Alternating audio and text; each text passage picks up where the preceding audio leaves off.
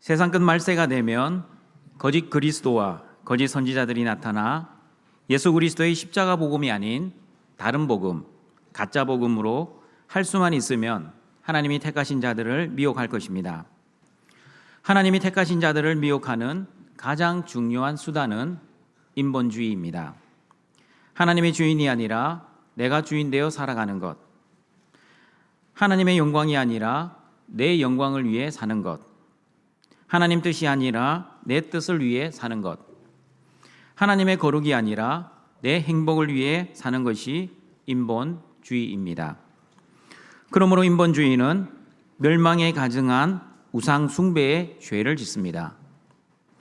인본주의는 자기를 부인하려고 하지 않고 자기를 긍정하려고 하고, 자기 십자가를 지려고 하지 않고 자기 십자가를 벗으려고 합니다.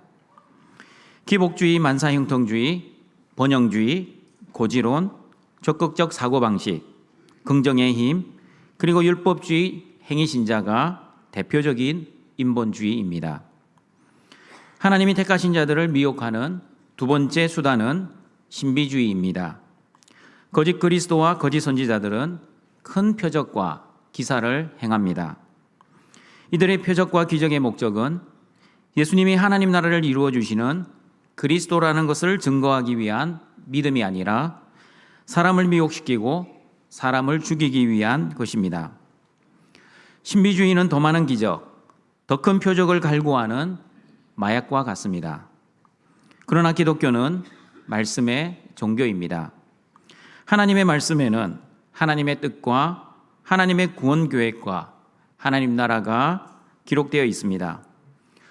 그러므로 하나님 말씀 속에는 예수 그리스도를 통한 구원의 길과 하나님의 하신 일들을 보여주십니다. 특별히 하나님의 말씀은 말세를 살아가는 성도들이 세상의 고난과 박해 속에서도 어떻게 하나님의 자녀답게 살아야 하는지를 알려주십니다.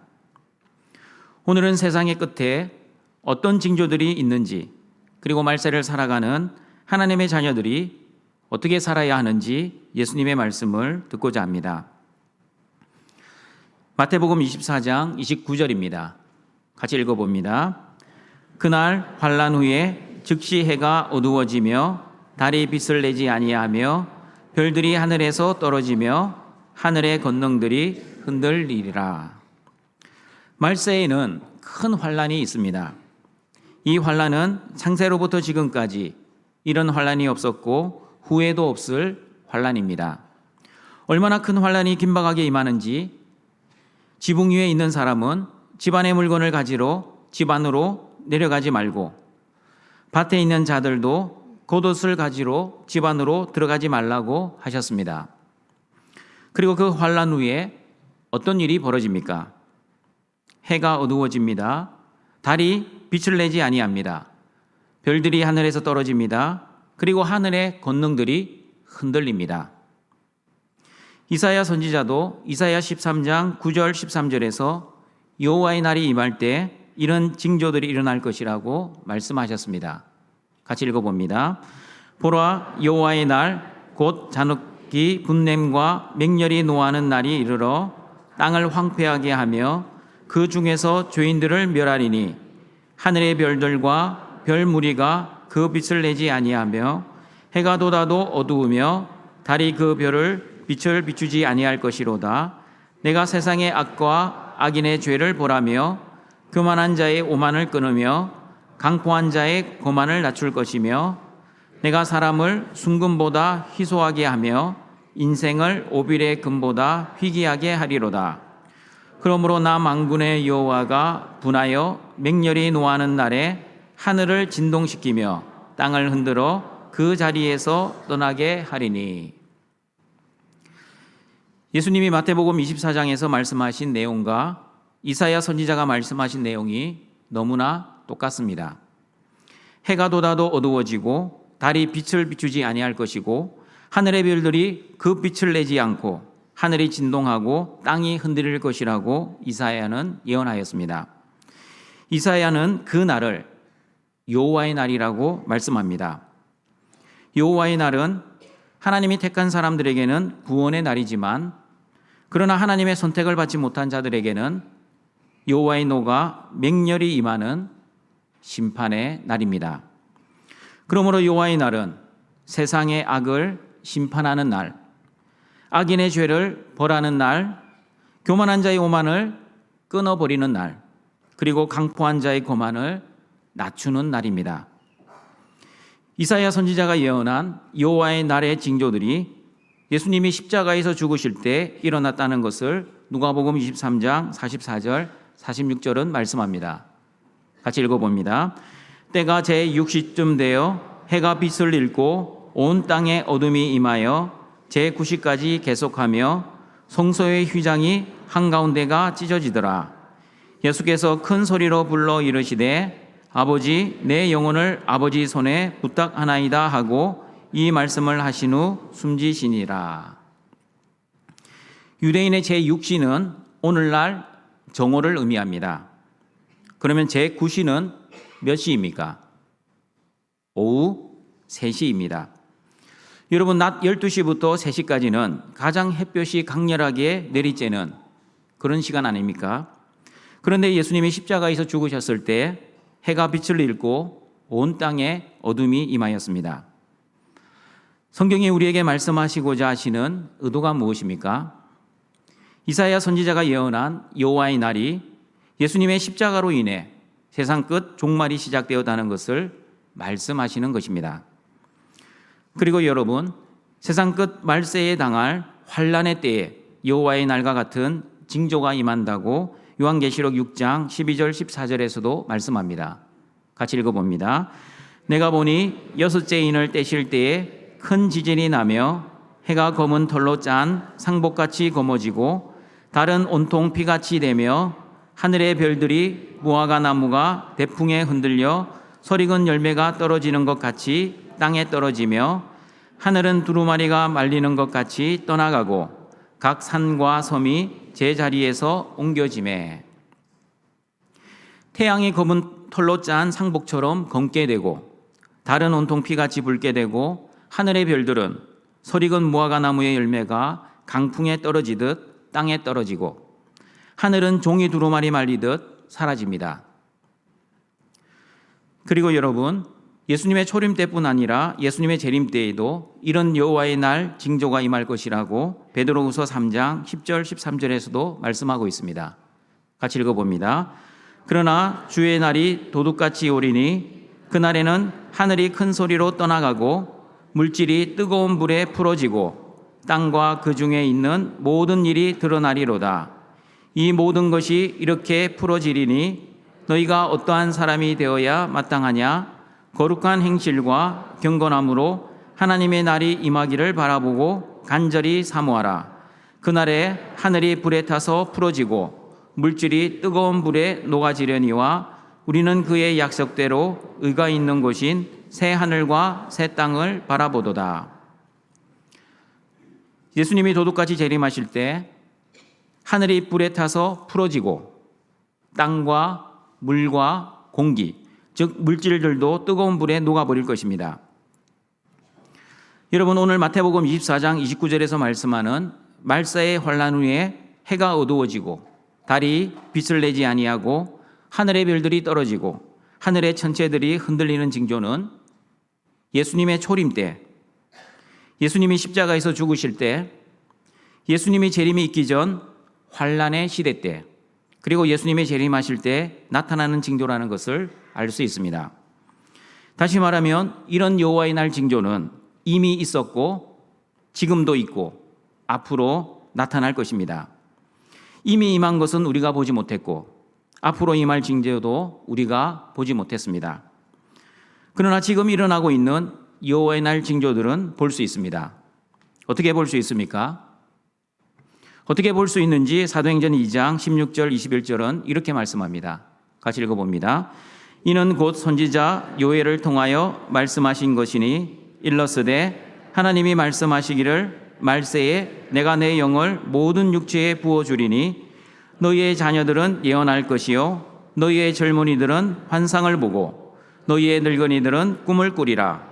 그때에 내가 내 영을 내 남종과 여종들에게 부어주리니 그들이 예언할 것이요 또 내가 위로 하늘에서는 기사를 아래로 땅에서는 징조를 베풀리니 곧 피와 불과 연기로다. 주의 크고 영원하운 날이 이르기 전에 해가 변하여 어두워지고 달이 변하여 피가 되리라.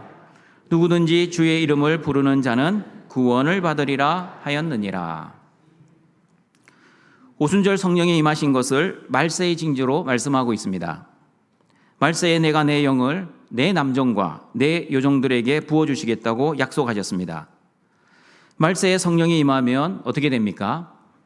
자녀들이 예언을 하고 젊은이들이 환상을 보고 늙은이들이 꿈을 꾸게 될 것입니다. 그리고 말세에 하나님의 성령이 임하시면 주의 크고 영화로운 날이 이르기 전에 해가 어두워지고 달이 피가 될 것입니다. 그러나 말세의 때에도 누구든지 예수님의 이름을 부르는 자는 구원을 받는다고 말씀하십니다. 그리고 예수님은 요한복음 14장 16절 17절에서도 이렇게 말씀하셨습니다. 같이 읽어봅니다. 내가 아버지께 구하겠으니 그가 또 다른 보혜사를 너희에게 주사 영원토록 너희와 함께 있게 하리니 그는 진리의 영이라. 세상은 능히 그를 받지 못하나니 이는 그를 보지도 못하고 알지도 못함이라. 그러나 너희는 그를 아나니 그는 너희와 함께 거하시며 또 너희 속에 계시겠음이라. 하나님은 저와 여러분에게 진리의 성령, 보혜사를 보내주시어 영원히 우리와 함께 거하실 것입니다. 그리고 진리의 영이 저와 여러분에게 함께 하시면 세상 사람들이 보지도 못하고 알지도 못한 하늘의 진리를 알려주실 것입니다. 그러므로 진리의 성령을 받으면 자녀들은 예언을 하고 젊은이들은 환상을 보고 늙은이들은 꿈을 꾸게 됩니다. 이것은 말세의 징조입니다. 그러므로 여러분의 자녀들이 예언을 하고 젊은이들이 환상을 보고 그리고 늙은이들이 꿈을 꾸면 곧 예수님이 재림하시겠구나라고 생각하시고 예수님의 만날 준비를 잘 준비하시는 우리 등촌의 가족들이 되시기를 바랍니다. 그러나 등촌가족 여러분, 이미 저와 여러분에게도 성령이 임하셨습니다. 믿으십니까? 성령이 임한 하나님의 자녀들은 그러므로 종말을 알고 준비하며 살아야 합니다. 왜냐하면 진리의 영이신 성령님이 우리 안에 내주하시기 때문입니다. 그러므로 성령이 내 안에 있는 하나님의 자녀들은 예수님이 십자가에서 죽으시고 부활하심으로 이미 종말이 시작되었고 예수님의 재림은 언제 어디서 어떻게 임할지 모르지만 오늘이라도 예수님이 재림하실 수 있다는 믿음으로 준비하며 살아야 합니다.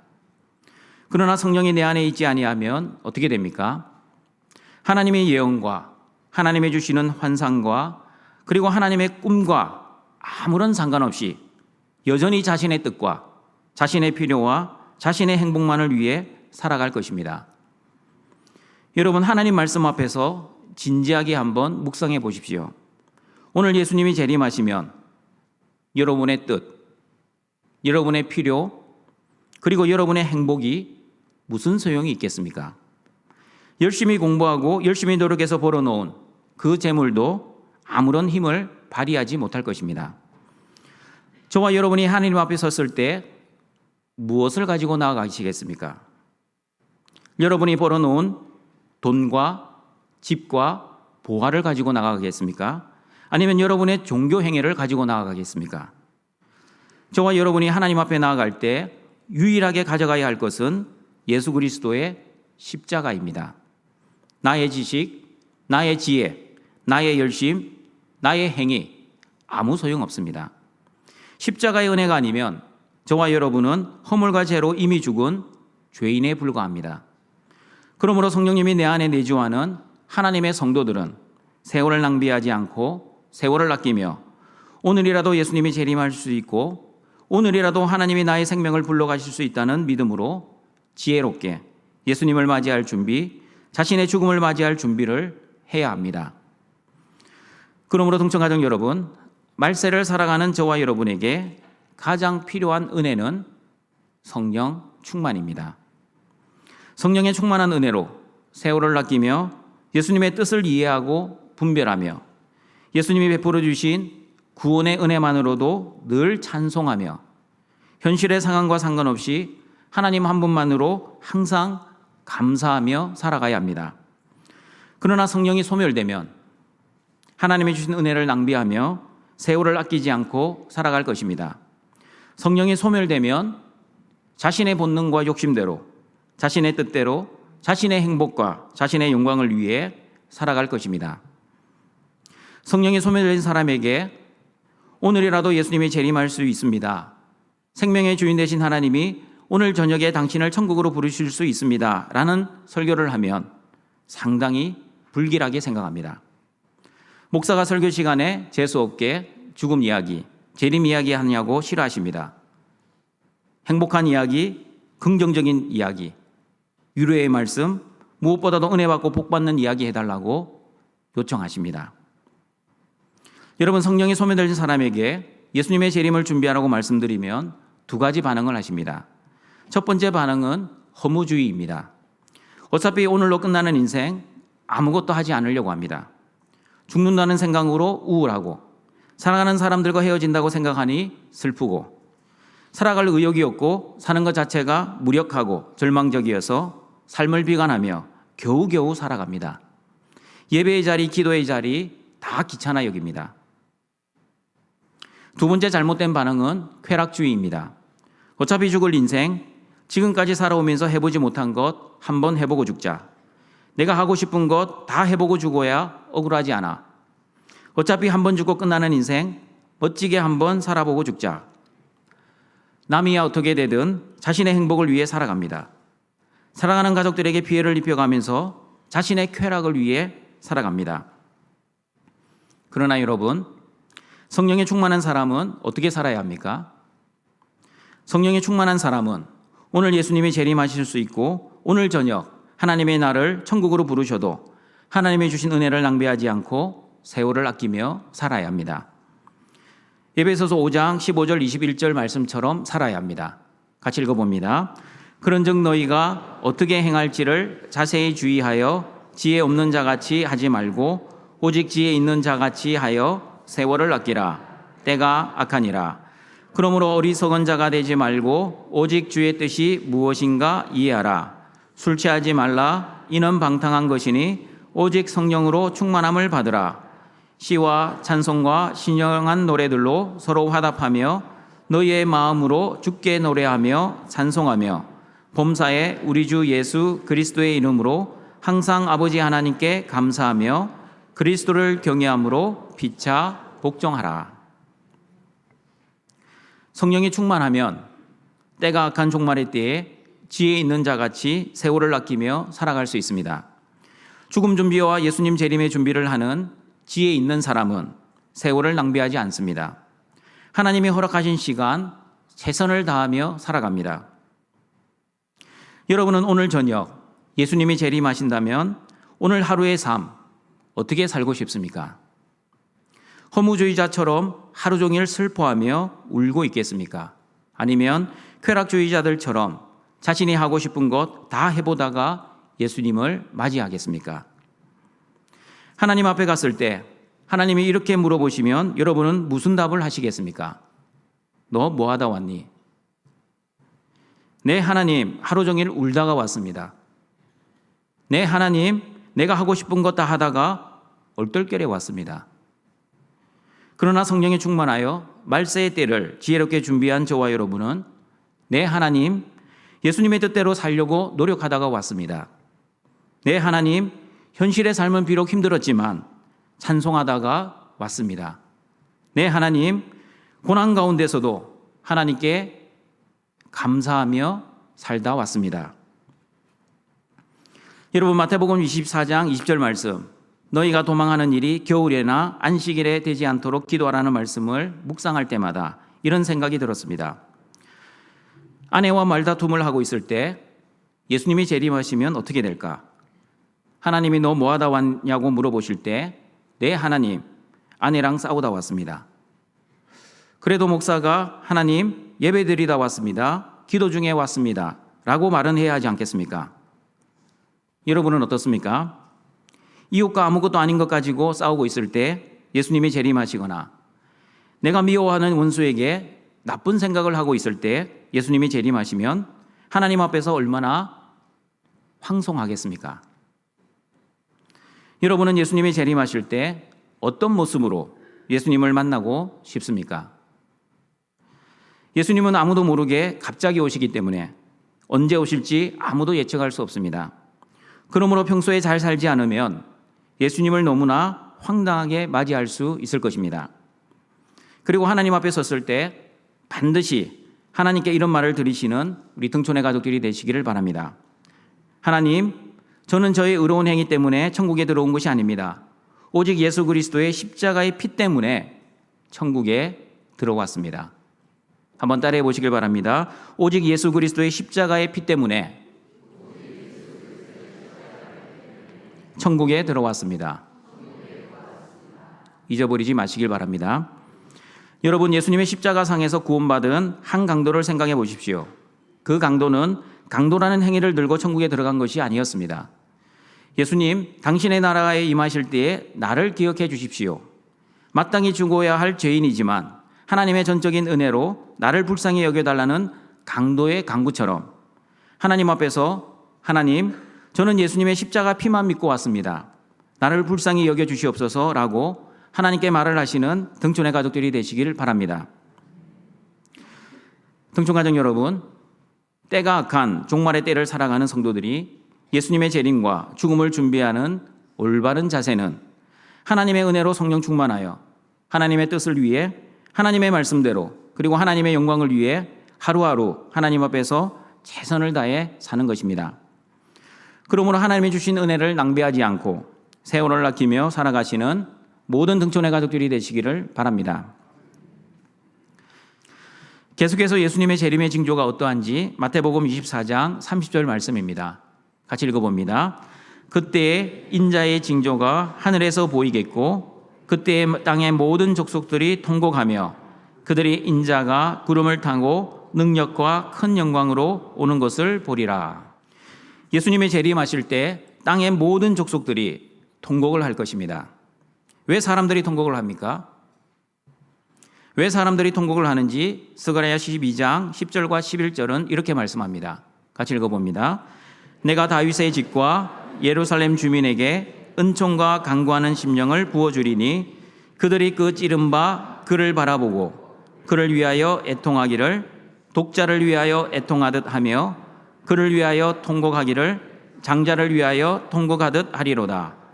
그날에 예루살렘에 큰 외통이 있으리니 무기도 골짜기 하다드림몬에 있던 애통과 같을 것이라. 그들이 그 찌른 바 그를 바라보았기 때문입니다. 다윗의 집과 예루살렘 주민들은 예수님을 십자가에서 죽이라고 소리치고 실제 예수님을 십자가에서 죽였습니다. 그런데 자신들이 죽였던 예수님이 재림하시는 것을 보게 될 것입니다. 그 예수님은 더 이상 목수의 아들로 마구간에 태어난 그런 분이 아닙니다. 구름을 타고 능력과 큰 영광으로 오시는 분입니다. 자신들이 십자가에 죽였던 예수님이 구름을 타고 능력과 큰 영광으로 오시는 것을 보니 어떤 마음이 들겠습니까? 기쁜 마음이 아니라 애통하는 마음이 듭니다. 외아들을 잃어 슬피 우는 어미의 애통처럼, 장자를 잃어 슬피 우는 아비의 애통처럼 예수님의 영광으로 오시는 것을 보면 모든 민족이 슬피 우는 일이 벌어질 것입니다. 그러나 여러분, 예수님을 십자가에 죽였던 유대인들만 예수님을 죽인 것이 아니라 지금 저와 여러분도 예수님을 죽일 수 있습니다.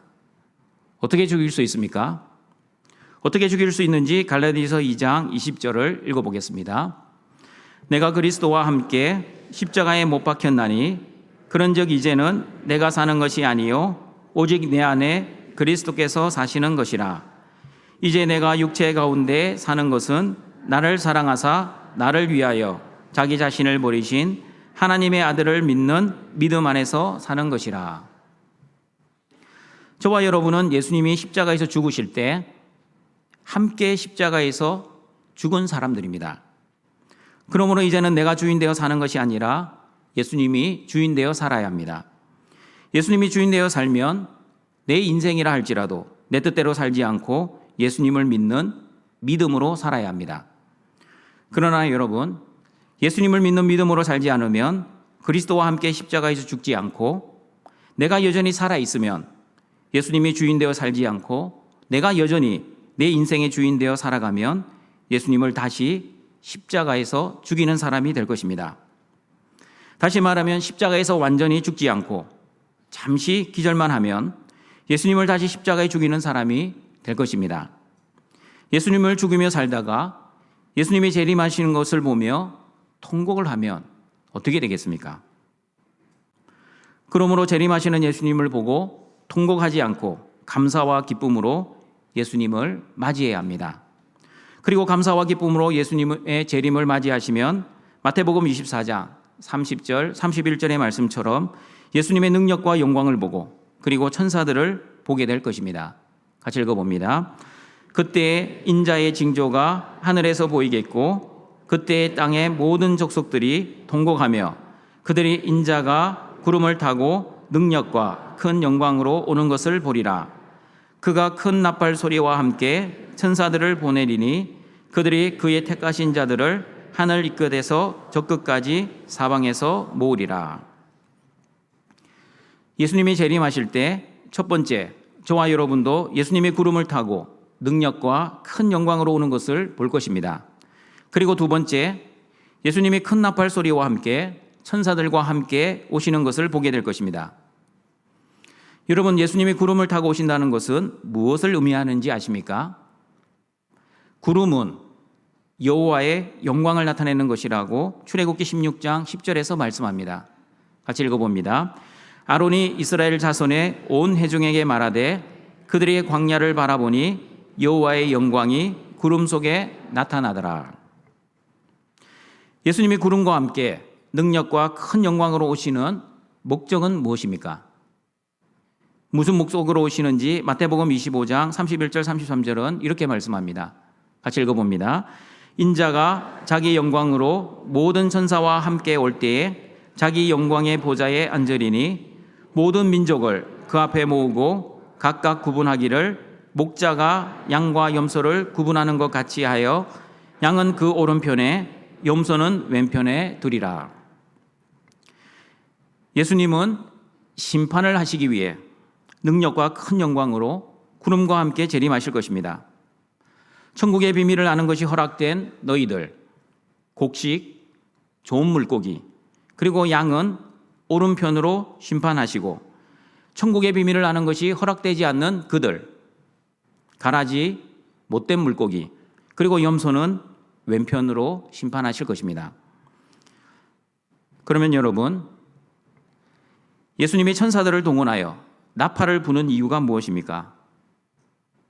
하나님이 택하신 자들을 하늘 이 끝에서 저 끝까지 사방에서 다 모으기 위함입니다. 예수님이 초림하실 때는 동방박사와 양떼들을 지키던 목자들 외에는 아무도 예수님이 오신 것을 몰랐습니다. 그러나 예수님이 재림하실 때는 땅의 모든 족속들이 천사의 나팔 소리와 함께 예수님이 구름을 타고 큰 영광으로 재림하시는 것을 다 보게 될 것입니다. 그러므로 동청가족 여러분, 예수님이 천사의 나팔 소리와 함께 큰 영광으로 오시면 여러분은 어떤 마음으로 예수님을 맞이해야 합니까? 어떤 마음으로 예수님을 맞이해야 하는지 베드로후서 3장 10절 12절 말씀 다시 읽어봅니다. 그러나 주의 날이 도둑같이 오리니 그날에는 하늘이 큰 소리로 떠나가고 물질이 뜨거운 불에 풀어지고 땅과 그 중에 있는 모든 일이 드러나리로다. 이 모든 것이 이렇게 풀어지리니 너희가 어떠한 사람이 되어야 마땅하냐? 거룩한 행실과 경건함으로 하나님의 날이 임하기를 바라보고 간절히 사모하라. 하나님 앞에서 거룩하고 경건하게 살아야 합니다. 그리고 예수님이 재림하시기를 간절히 사모해야 합니다. 예수님 안에서 구원받았기 때문에 거룩하고 경건하게 살아야 합니다. 그리고 예수님 안에서 구원을 이미 받았기에 하나님의 날이 두렵지 않고 간절히 기다려지는 것입니다. 그런데 여러분, 내가 구원받았는지 구원받지 못했는지 확신이 없는 사람들은 예수님의 재림을 간절히 기다리지 못합니다. 예수님의 재림을 간절히 기다리는 것이 아니라 오히려 간절히 오지 않기를 소망할 것입니다. 구원의 확신이 없으면 예수님의 재림이 두렵습니다. 여러분은 심판하면 어떤 이미지를 가지고 있습니까? 예수님을 믿는 하나님의 자녀들이 가져야 할 심판의 이미지는 구원과 영생입니다. 그러므로 예수님을 믿는 하나님의 자녀들은 예수님의 재림과 심판이 기다려집니다. 빨리 예수님이 오셔서 나를 구원해 주시기를 소망하고 영원한 생명 주시기를 간절히 바라기 때문입니다. 내가 착하고 선하게 살았기 때문이 아닙니다. 말씀을 100% 순종했기 때문도 아닙니다. 예수님의 재림과 심판을 간절히 소망하는 이유, 다시 말하면 내가 구원받아 영생을 누리는 것은 나의 행위를 의지하는 것이 아니라 오직 예수 그리스도의 십자가 은혜만을 의지하기 때문입니다. 그러나 예수님을 믿는 척하거나 아예 믿지 않는 사람들은 심판의 이미지는 두려운 형벌의 이미지입니다. 왜 사람들이 심판을 두려워합니까? 구원의 확신이 없기 때문입니다. 십자가 피를 바라보지 않고 자신이 살았던 행위를 바라보기 때문입니다. 저는 10년 동안 호스피스 사역을 하면서 약 5천 명이 넘는 사람들의 죽음의 모습을 보았습니다. 죽을 때가 되면 거의 모든 사람들, 100%가 아닙니다. 거의 모든 사람들이 자신이 살아온 인생을 후회하며 껄껄거리며 죽는 것을 보았습니다. 아내에게 좀 더 잘해줄 걸, 자녀들을 좀 더 사랑할 걸, 하나님이 주신 직분 좀 더 열심히 봉사할 걸, 하나님이 주신 재물 어려운 사람을 위해 좀 더 사용할 걸. 자신의 행위를 바라보면 어느 누구도 구원의 확신을 가질 수 없습니다. 재성을 가진 저와 여러분은 100% 말씀 순종할 수도 없고, 그리고 아무리 순종을 잘한다 노력해도 누구든지 온 율법을 지키다가 하나를 범하면 모두 범원자가 된다는 야고보서의 말씀처럼 한 말씀을 순종하지 않으면 모든 말씀을 순종하지 못한 자가 될 것입니다. 하나님 보시기에 그렇습니다. 그럼에도 불구하고 저와 여러분이 구원의 확신을 가지는 이유는 무엇입니까? 왜 구원의 확신을 가지는지 로마서 8장 1절과 4절은 이렇게 말씀합니다. 같이 읽어봅니다. 그러므로 이제 그리스도 예수 안에 있는 자에게는 결코 정죄함이 없나니 이는 그리스도 예수 안에 있는 생명의 성령의 법이 죄와 사망의 법에서 너를 해방하였습니다. 율법이 육신으로 말미암아 연약하여 할 수 없는 그것을 하나님은 하시나니 곧 죄로 말미암아 자기 아들을 죄 있는 육신의 모양으로 보내어 육신의 죄를 정하사 육신을 따르지 않고 그 영을 따라 행하는 우리에게 율법의 요구가 이루어지게 하려 하심이니라. 저와 여러분의 율법을 다 지켜서 말씀을 100% 순종해서 구원받은 것이 아니라 예수 그리스도께서 저와 여러분의 모든 죄를 다 가지시고 십자가에서 대신 죽어주셨기 때문에 저와 여러분은 구원받았고 정죄함이 없고 죄와 사망의 법에서 해방되었습니다. 예수 그리스도의 십자가의 은혜가 저와 여러분을 구원해 주셨습니다. 예수 그리스도의 십자가의 보혈이 저와 여러분의 모든 죄를 용서해 주셨습니다. 그리고 예수 그리스도의 십자가의 피가 저와 여러분에게 영원한 생명을 선물해 주셨습니다. 그러므로 동정가족 여러분, 예수님 안에서 구원의 확신을 가지고 언제 예수님이 재림하셔도 감사와 기쁨으로 예수님의 재림을 맞이하시고 오늘이라도 예수님이 오신다 해도 두려워하지 않고 예수님의 재림을 간절히 사모하시는 모든 등촌의 가족들이 되시기를 바랍니다. 말씀을 정리하도록 하겠습니다. 세상 끝 말세에는 거짓 그리스도와 거짓 선지자들, 즉 인본주의자들과 신비주의자들의 미혹뿐만 아니라 구약에서 예언하셨던 여호와의 날 징조들, 해가 어두워지고 달이 빛을 내지 않고 별들이 하늘에서 떨어지며 하늘의 권능들이 흔들리게 될 것입니다. 예수님이 십자가에서 죽으실 때, 성령이 임재하실 때, 말세의 환란이 일어날 때 이미 이런 징조들이 일어났고, 그리고 예수님이 재림하실 때 이런 징조들이 다시 일어날 것입니다. 그리고 예수님이 구름을 타고 능력과 큰 영광으로 천사들의 나팔 소리와 함께 재림하실 것입니다. 그러나 성령 충만하여 예수님 안에서 구원의 확신을 가지고 예수님의 재림을 지혜롭게 준비하는 성도는 세월을 아끼며 하나님의 은혜를 받은 자답게 거룩하고 경건하게 살다가 간절히 사모하는 마음으로 예수님을 맞이하게 될 것입니다. 그러나 성령이 소멸되어 구원의 확신조차 하지 못하는 사람들은 영벌에 대한 심판의 두려움과 예수님을 십자가에서 죽였다는 죄책감으로 인해 통곡하며 예수님을 만나게 될 것입니다. 그러므로 등촌의 모든 가족들은 십자가의 은혜를 받은 자답게 내 안에 그리스도가 사는 믿음으로 구원의 확신을 가지고 예수님 안에서 천국의 삶을 살다가 예수님의 재림을 간절히 소망하며 감사와 기쁨으로 맞이하시길 주님의 이름으로 축원합니다. 사랑과 자비가 풍성하신 하나님 아버지, 예수 그리스도의 십자가의 은혜로 우리를 구원해 주시고 하나님의 자녀로 삼아 오늘도 영과 진리의 예배자로 불러주시니 감사합니다.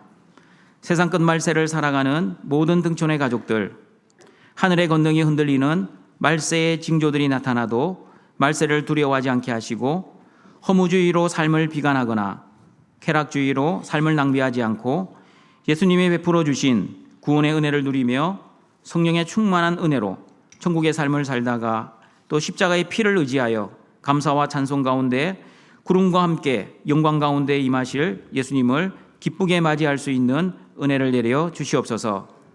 또한 하나님의 자녀답게 거룩하고 경건하게 살게 하시고 그리스도의 믿음으로만 살아가게 하시고 하나님이 주신 시간을 낭비하지 않고 열심히 살아가게 하시고 예수님의 십자가의 은혜로 구원의 확신 가운데 예수님의 재림을 두려워하지 않게 하시고 심판을 무서워하지 않고 예수님의 재림을 간절히 사모하는 모든 등촌의 가족들 되게 하여 주시옵소서.